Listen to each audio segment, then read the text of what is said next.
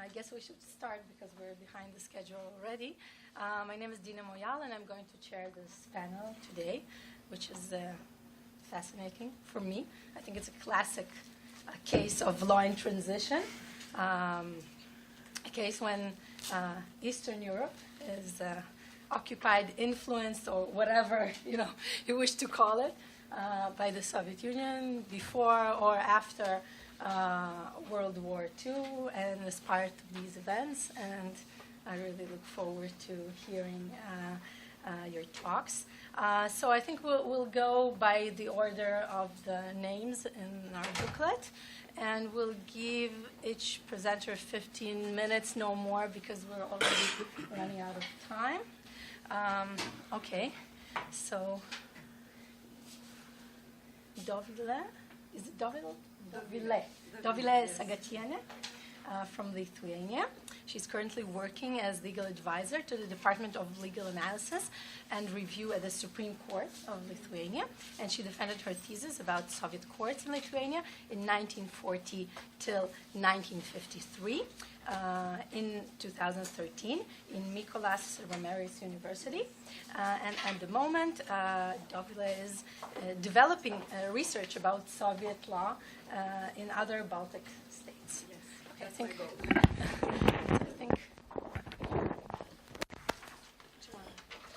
because I need to change.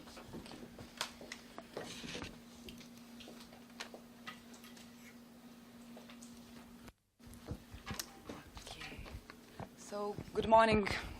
Is it on? Yeah. Good morning, everyone. And I'm pleased to open the second day of the conference. And during the next 15 minutes, I will speak about the complicated transition towards socialist law in Lithuania during Stalin rule.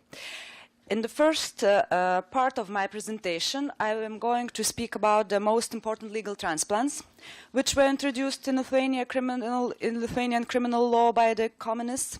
Also, I reveal the political conditions which determined the installation of Soviet criminal law in Lithuania.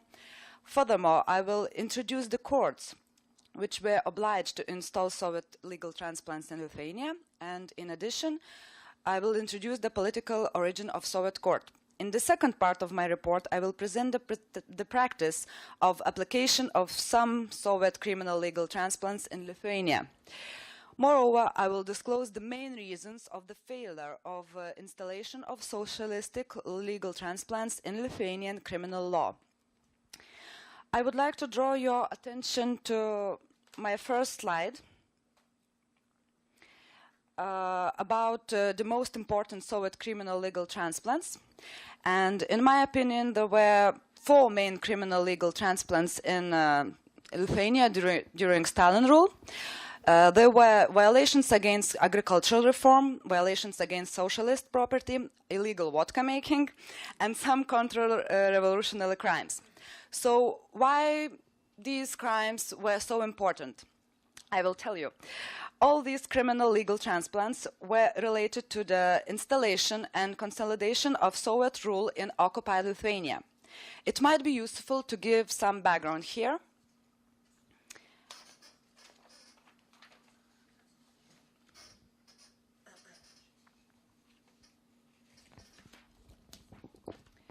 After the second Soviet occupation in 1944, Lithuanian courts became political body and had specific political tasks to perform. The Soviet legal system rejected the classical principle of separation of powers and applied a so-called doctrine of unity of powers, according to which the Soviet state is called to carry out a special mission, and therefore all public bodies are obliged to act together and be guided by the Communist Party.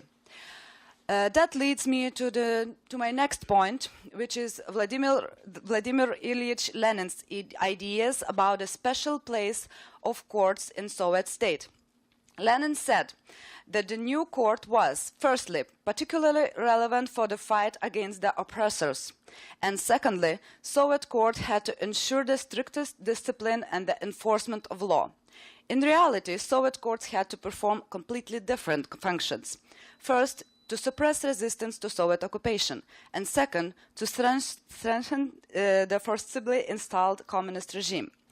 As you can see in the next slide, Soviet courts in Lithuania had specific political tasks for strengthening Soviet rule in Lithuania.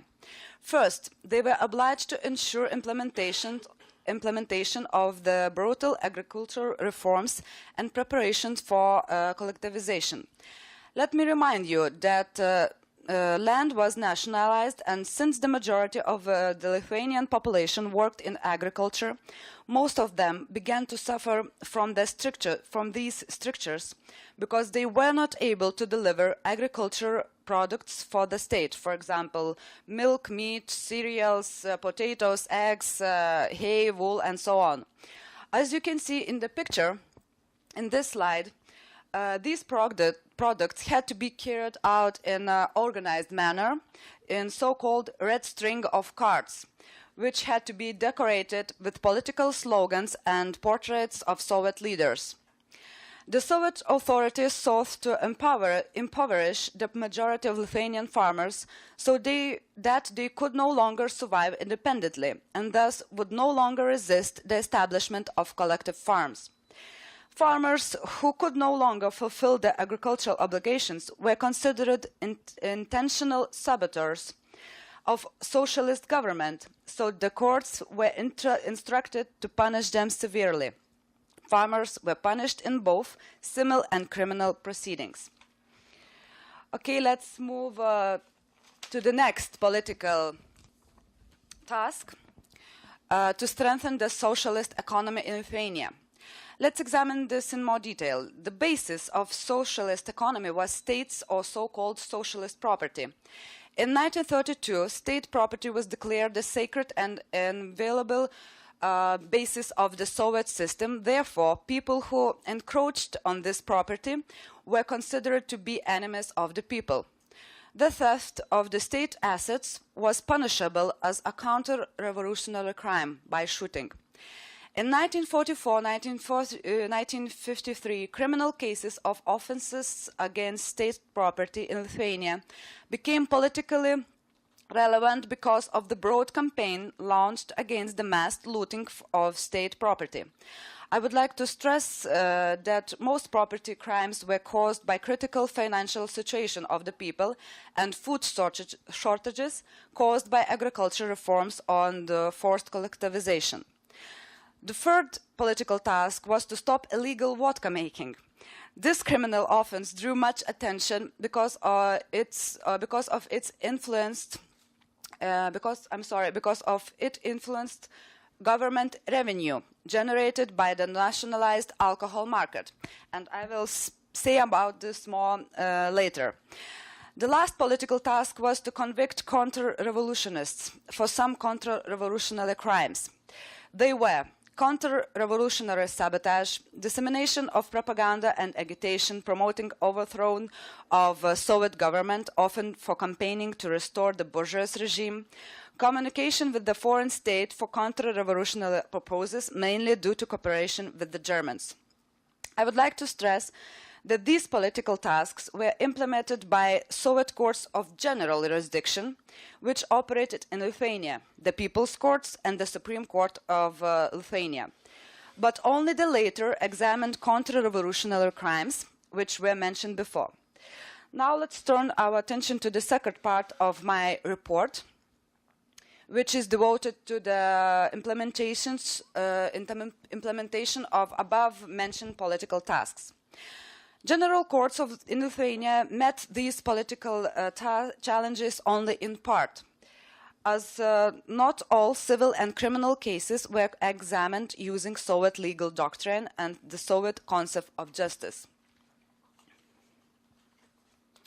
As you can see in this slide, the LSSR Supreme Court did not apply Soviet laws literally, but tried to reconcile the political and legal requirements and, if possible, to reach a compromise. These efforts can be observed in both the civil and criminal chambers of LSSR Supreme Court. Let me explain with concrete examples.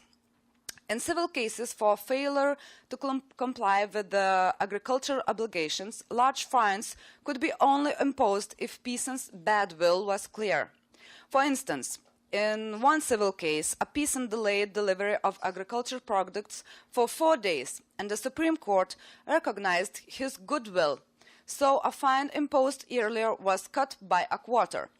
In 1945-1946, the LSSR Supreme Court cancelled or changed 87% of people's court decisions in civil cases in favor of farmers. The court even, and it's very important in my view, the court even used Soviet ideology to justify the excessive number of people's court's decisions cancelled and changed, claiming that the high fines imposed by the people's courts frustrated peasants and did not meet party policy in relation to them. I find it's like a paradox here. The criminal chamber applied other measures which helped to mitigate official Soviet penal policy. Criminal sanctions in the Supreme Court were often reduced and criminal conduct reclassified using different criminal code provisions. For instance, speculation was punishable very severely by imprisonment of not less than 5 years, with total partial confiscation of property. While for similar crimes, such as trade offenses, the punishment was just a custodial sentence of up to 1 year or a fine. Therefore, the criminal chamber applied the milder punishment more often than severe one for the speculation. Special attention was paid to cases of counter-revolutionary crimes investigated in the Supreme Court. As you can see in the chart, Supreme Court sentenced 2,385 persons for counter-revolutionary crimes. However, compared with the USSR military tribunals, the number of such cases examined before the LSSR Supreme Court was quite small. According to estimates of post-Soviet historians, from 1944 till 1954, USSR military tribunals held in Lithuania sentenced between 22 or 29,000 people for various counter-revolutionary crimes. Even so, Supreme Court accepted acquittals when adequate evidence of an accused person's guilt has not been submitted. Right, that brings me nearly to the end of my presentation. And as you can see in the next slide, people's courts did not always take account of the political nature of Soviet law and did not prevent ambiguous situations when the criminal law designed to deal with one social class, so-called bourgeois, kulak, or alien elements, was applied to social groups which were stated to be protected by the communists. For instance, and that's the topic about the illegal vodka making, the purpose of the 1948 Supreme Soviet Decree on criminal liability for vodka production and sales was to punish kulak elements. But LSSR people's courts convicted not only them, but also the so-called proletariat, mothers and people over the age of 60. Only 4% of all criminal cases for vodka making and trading were prosecuted against bourgeois offenders. And okay, let's move to the last slide. My own answer to the question why LSSR courts struggled with the implementation of their political tasks and with the installation of Soviet legal transplants is that, firstly, judges of the Supreme Court had different moral background, and most of those who had law degree gained it outside of the Soviet education system. Of course, it was still Stalin's death, because later all judges had legal education based on Soviet system. Secondly, the lack of politically qualified judges experienced in applying Soviet criminal law in LSSR people courts. I would like to stress that LSSR Ministry of Justice had to admit that judges, having a vague understanding of Soviet justice, were failing to apply laws correctly, not to mention the fact that most of the judges had only primary education, because there weren't any obligation to get legal education in order to be a judge during the Stalin rule. Thirdly, the incompetence of other Soviet authorities. For instance, prosecutors inadvertently exercised preliminary investigations. Local authorities submitted false information on committed crimes, and people's courts uncritically pursued these cases without sufficient grounds to prosecute. So, the judges had no choice but to dismiss poorly prepared cases. And I would like to finish by saying that the Soviet criminal legal transplants partly failed in Lithuania during the Stalin rule. So, thank you very much for your attention.